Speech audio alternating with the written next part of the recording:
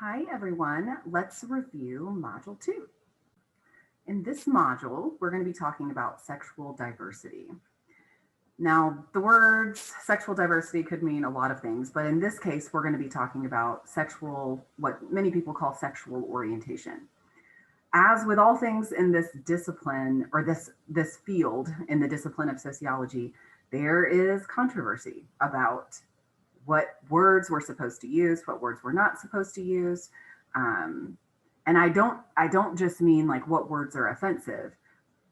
I think we've already laid the groundwork for those. I mean more like what is factual and what isn't when it comes to our sexual identity.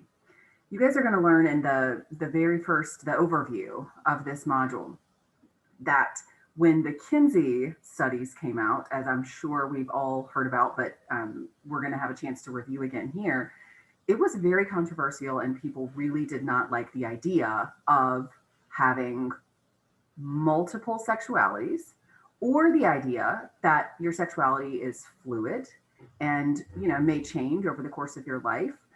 And it also introduced the idea that there's this spectrum of sexuality and you're not just one or the other or perfectly in the middle.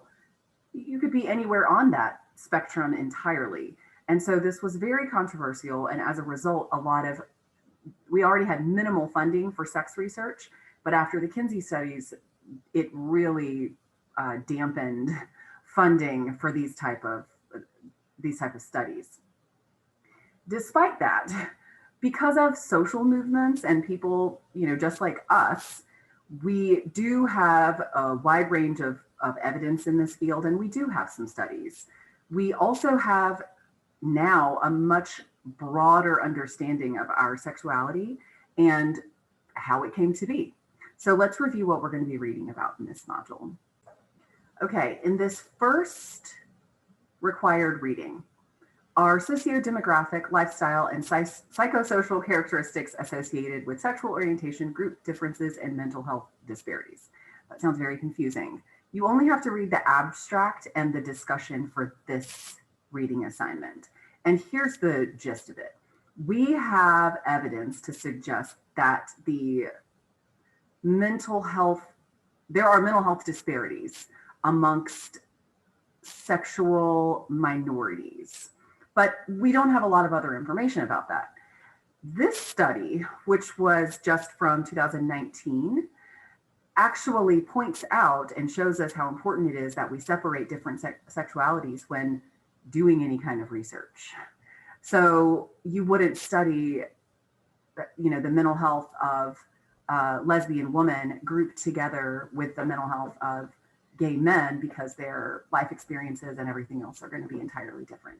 So only the abstract and the discussion are required for this one. In your second article, a quantitative test of critical heterosexuality theory. Now they use the word straight, and we're going to find in a lot of these articles that is just the case because they are clinical.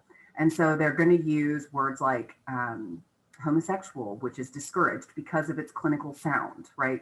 But in an academic article, it's understandable for clarity why they would use some of these words. If you find anything in any of these readings, and I've said this before, but if you find anything that is outright offensive or, brings about strong emotions in you for whatever reason, please feel free to tell me. With that said, in this article, they are showing us how people will choose that they are, if given a survey of a list of sexualities, they will choose 100% heterosexual, even when there is an option for them to choose mostly heterosexual. So this is really interesting. I don't want to kind of give away everything, but this is your second reading. Again, the pages are listed right under the article title. So you only have to read those specific pages, not the whole thing. Your third required reading, the overview of the history of sexuality. This is very short. It's from Thought Company, which I love their articles, but it's very short.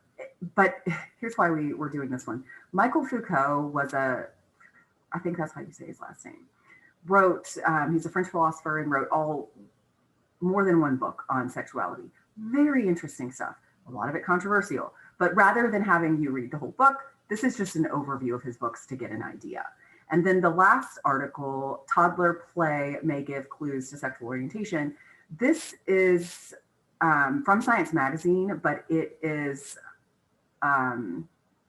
it's sort of an overview of this study that says that we can predict sexuality during toddlerhood. Now, this is interesting because some of the other literature, it's confusing, right? Some say we can tell your sexual orientation, your sexuality when you're 2 or 3 years old. Others say not really, because your sexuality can change over time. It's very, very interesting stuff, and we're going to be, sorting through all of this even further in our discussion. Okay, I'm going to share my screen for this part. After your required readings, there is, under resources, a list of sexualities. When I started writing these all out, I realized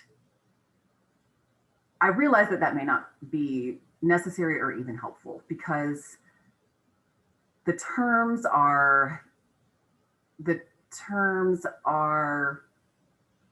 different depending on where you look. And again, we're gonna talk more about this, but regardless, there is a list of sexualities, and then I've just included the link for you to explore those further if you like.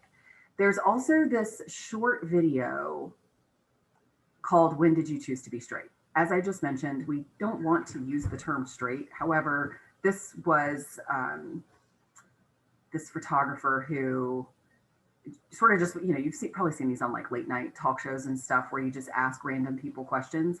I think it's still beneficial for you all to watch it, because it's going to provide sort of that insight into what the average person, if you will, if there is such a thing, how they view sexuality. So forgive the terminology though. Okay, for your discussion this week, you'll notice that the intro to this is rather long. And I did this as a summary of a bunch of other readings instead of getting you to read even more. So, you could cite this directly if you needed to, just my little summary here. But it's about the invention of heterosexuality.